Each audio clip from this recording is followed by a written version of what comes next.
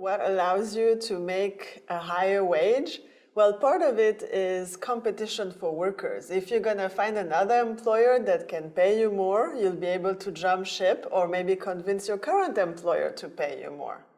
Well, what we find in our research is that this kind of competition for workers is actually quite low in the majority of labor markets in the US. So if you look at different kinds of jobs in different regions in the US, you find that many of those markets actually have relatively few employers that are hiring at any particular point in time, and therefore it is hard for you as a worker to put yourself in a strong position. For example, you could have 100 sales jobs in a certain geographic areas, but they are all Walmart sales jobs.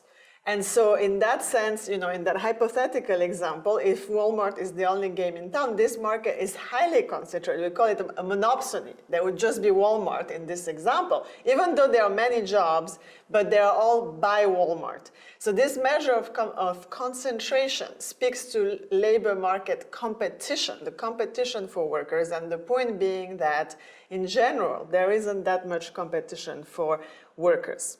We also find that there are differences between areas in the US. In general, large cities tend to have low concentration, meaning that there's a lot of competition for workers. And if you think about it, think about the hustle and bustle of a city. There's a lot of employers around.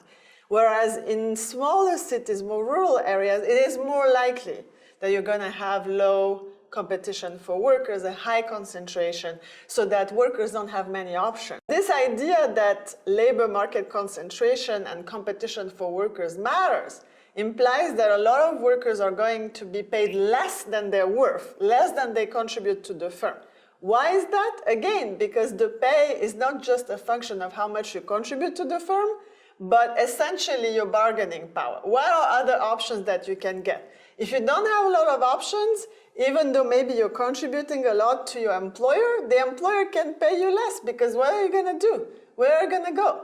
So in the presence of low competition for workers, or we say high concentration, workers tend to be underpaid. If workers are underpaid and then you put a minimum wage that is not too high, firms still want to hire them. It's still profitable to hire them. They pay them more. But the workers produce even more than what the firms pay them. Therefore, it's still profitable to hire those workers, even if I impose a higher minimum wage. In markets that are very competitive, close to the usual perfectly competitive labor market, those are markets with low concentration. There, indeed, when you increase the minimum wage, employment tends to decline.